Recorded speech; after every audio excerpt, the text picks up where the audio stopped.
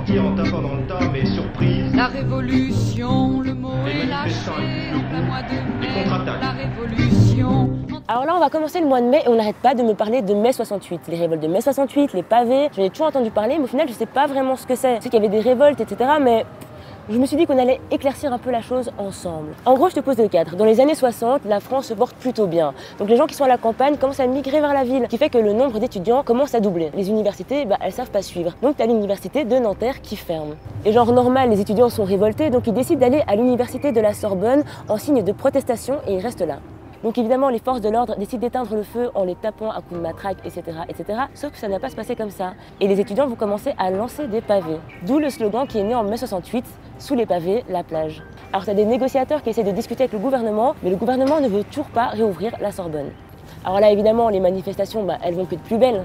Ça part même en émeute, de jour comme de nuit, il y a des voitures brûlées, des vitrines cassées, il y a même des morts. Le président de l'époque, Georges Pompidou, n'était pas en France. Et là, il revient, évidemment, arrive et voit que c'est un peu le bazar, quoi. Donc pour éviter un peu plus de dégâts, on va réouvrir la Sorbonne. On n'avait pas vu un tel rassemblement de personnes dans les rues depuis la Libération, donc la fin de la guerre 39-45. Mais dans ce mouvement de protestation, il n'y a pas que les étudiants, il y a aussi les ouvriers qui sont pas contents. Faut savoir qu'à cette époque, le taux de chômage est vraiment énorme.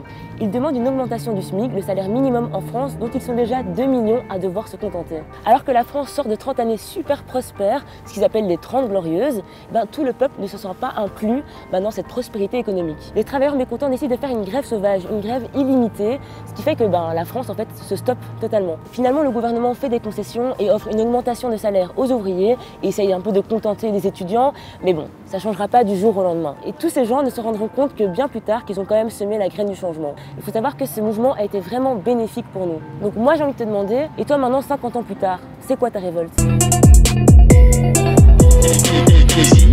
Alors ce qui me révolte, ce sont les inégalités dans le monde, de voir qu'il y a des gens qui sont très pauvres et d'autres beaucoup trop riches. Ce qui me révolte énormément, c'est tout ce qui est le gaspillage dans la ville de Bruxelles. On peut voir que plusieurs enseignes ne peuvent pas donner aux plus démunis tout ce qui est leur confiserie et ce qu'ils mettent en rayon. Et donc chaque jour, il y a énormément qui est gaspillé. J'ai vu il n'y a pas longtemps que Jeff Bezos, donc l'homme le plus riche au monde, le patron d'Amazon, il peut dépenser jusqu'à 125 000 € par heure et vivre jusqu'à la fin de sa vie avec tout ça. Et il donne absolument rien à des associations où il n'a aucun fonds caritatif, par exemple comme Bill Gates ou quoi, qui même en étant très riche donne une grosse partie de sa fortune. Et quand on voit la façon dont il traite ses employés et la richesse qu'il amasse derrière, je trouve que c'est inégal. Ce qui me révolte, c'est la crise des migrants. Je trouve ça totalement anormal que certains pays n'acceptent pas certaines personnes qui vivent dans les pays où il y a la guerre, où il y a de la famine. Moi, ce qui me choque, c'est vraiment la politique et les gens qui réfléchissent pas. À chaque fois qu'il y a un problème, les hommes politiques ils cherchent toujours à trouver plus de problèmes alors qu'il y a beaucoup plus d'idées qui sont beaucoup plus simples. L'argent c'est hyper compliqué, le troc c'est 1000 fois plus simple. Je vois pas ce qu'il y a de compliqué. À chaque fois les adultes, tu proposes le troc et les adultes ils disent oui mais tu sais c'est compliqué et on sait même pas pourquoi c'est compliqué. Lui, ce qui me révolte le plus, c'est l'écologie, de voir comment on gère l'environnement et de voir que l'argent parfois ça compte plus que la nature et la planète sur laquelle on vit. La seule chose qui me révolte aujourd'hui, enfin non pas la seule mais en tout cas la plus grande, c'est la domination de l'argent. On se dit qu'on est des pays évolués, etc. Mais quand on sort un peu dans les rues de Bruxelles, par exemple, un peu plus tard la nuit, on se rend compte qu'il y a pas mal de gens qui sont justement dans cette situation de précarité. Vraiment, ça me révolte quoi. En 2018, c'est pas normal qu'il y ait encore des gens qui meurent de faim. C'est la souffrance des hommes et la souffrance des animaux de temps en temps aussi, dont on parle moins mais qui n'est pas spécialement plus rigolote. L'écologie, on vit dans un monde de surconsommation et il faut vraiment qu'on aille vers un retour aux sources, au local, au bio.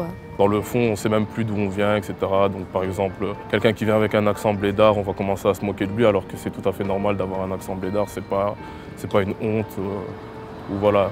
Rien que ce terme-là déjà, ça montre un réel complexe d'infériorité un peu, on peut dire ça comme ça. Ce qui me révolte, c'est que les gens doivent encore se justifier sur leur sexualité. Au bout d'un moment, si on a envie que les choses y changent, il faut que nos représentants soient là et on n'en a plus aujourd'hui. Les jeunes se sentent plus représentés, donc du coup, ils pensent tous être uniques, mais tous en faisant la même chose.